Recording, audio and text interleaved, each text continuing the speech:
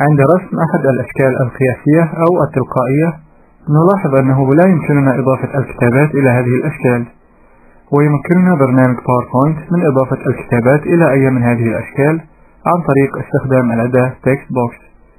وتستخدم الأداة تكست بوكس لرسم مربع نص يمكننا من خلاله إضافة الكتابات.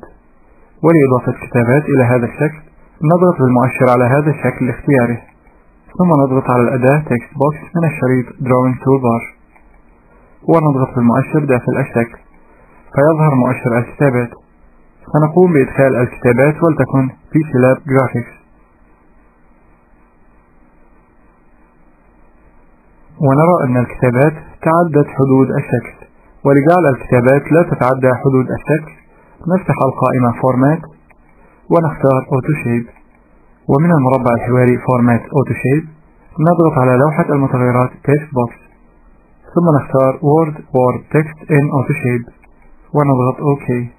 فنلاحظ أنه قد تم احتواء الكتابات داخل الشكل.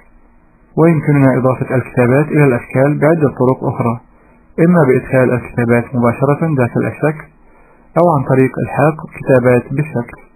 ولإدخال الكتابات مباشرة نضغط على مفتاح الماوس الأيمن ونختار Edit Text فيظهر مؤشر إدخال الكتابات داخل الشكل.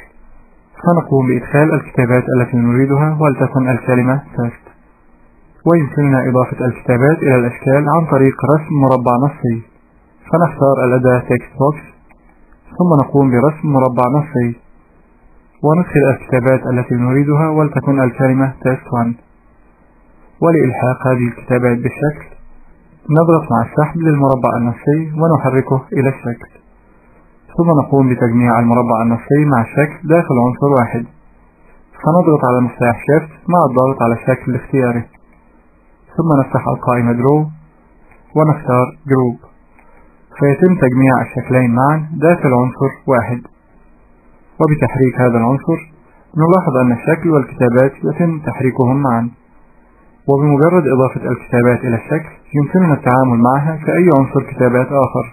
فمثلا إذا أردنا تغيير الخط المستخدم لهذه الكتابات نقوم باختيار الكتابات، ثم نختار الخط الذي نريده من القائمة Font.